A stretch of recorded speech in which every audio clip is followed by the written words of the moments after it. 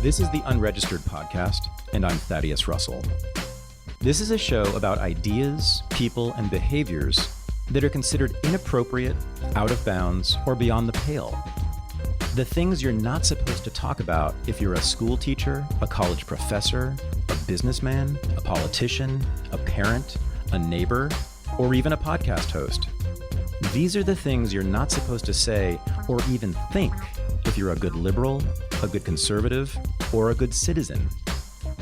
Each week, I'll interview a person who has something bad to say.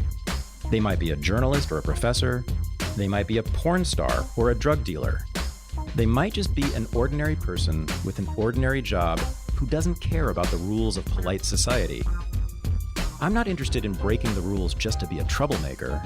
I'm interested in people who break the rules of conventional thought and to expand the scope of what is possible to say in our society. I'm interested in people who make me think.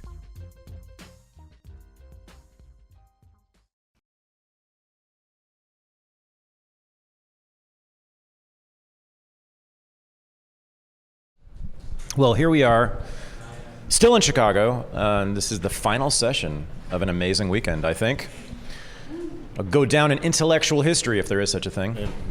Fortunately, there isn't. Fortunately, there is not, because it would be, would it be ugly or boring, the history, or something else? Something else. Something else, something not good.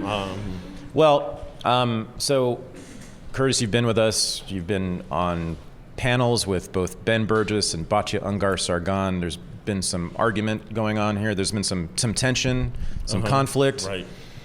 A lot has been said back and forth. We've heard a lot from the attendees here as well. And what I think a lot of us are wondering right now is, what have you learned?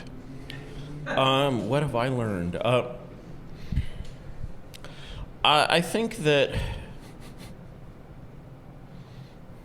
you know, when you sort of come with a fringe perspective like mine and talk with people who are kind of enmeshed in the like day-to-day play-by-play of the narrative, you know, you're unlikely to learn sort of new ideas really as much as you sort of learn kind of more intimately how that story kind of keeps its hold and its grip on people. You know, it's like hearing Batya Ungar-Sargon describe her like feelings about the left almost as if she was like an alcoholic who'd given up alcohol, which I think is not an uncommon sort of feeling about the sense of like kind of passion and meaning that I think people often pour into these causes is very like an addiction in some ways. And you can sort of see the traces of that. And yeah, I think we all sort of have those traces of making those, of the ways those kinds of thoughts make us feel good, even if we sort of examined the power that they have over us. And, you know, that's why it's always sort of encouraging to think of these people as addicts, because, you know, you can help them, you can cut off their supply, and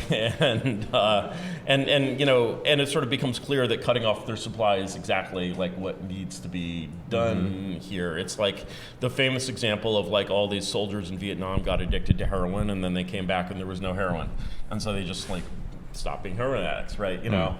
And like nobody can find a way to just make people stop being heroin addicts except basically having no heroin.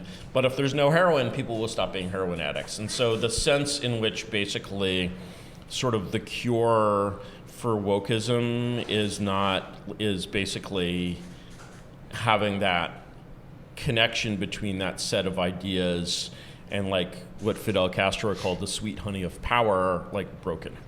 And, you know, to break that connection, and it also tells you that you're basically like saying you're going to treat heroin addiction by like arguing with heroin addicts about how bad heroin is, like doesn't really, your tools are not on the right level when you're doing that. Your tools to defeat like this monster need to be sort of on the scale of the monster, and it's not, you know, but it's also sort of optimistic in that it tells you that the cause of this derangement is not, you know, it's something that is curable in adults. But it's curable in adults basically only by like really inducing a sense of like complete apathy. And you have to basically break all of that linkage to power. And that linkage basically comes in our society through not just institutions, but sort of more subtly a system of like governance through prestige. And the way we're supposed to make decisions in this world is by processes and procedures that basically aggregate the knowledge of large groups of prestigious individuals and institutions. And we're just not really prepared for what happens or what it means when that process starts going hugely wrong and, starts a pandemic that killed 6 million people, right? And then you just look at this and you're like, wow, this is like Chernobyl times 6,000, or 5.5 thousand or whatever, and there are no consequences. Like the Soviet Union won't even fall. And it's like, actually, when you look at Chernobyl, you understand that, okay, this is not the fault of, deputy regional power director, whatever. This is a fault that comes out of the structure of the whole system. And it was very natural in the nature of this system that it should build a shitty, unsafe power reactor and then run, a test to see what happened if you tested what would happen if you turned the safety systems off.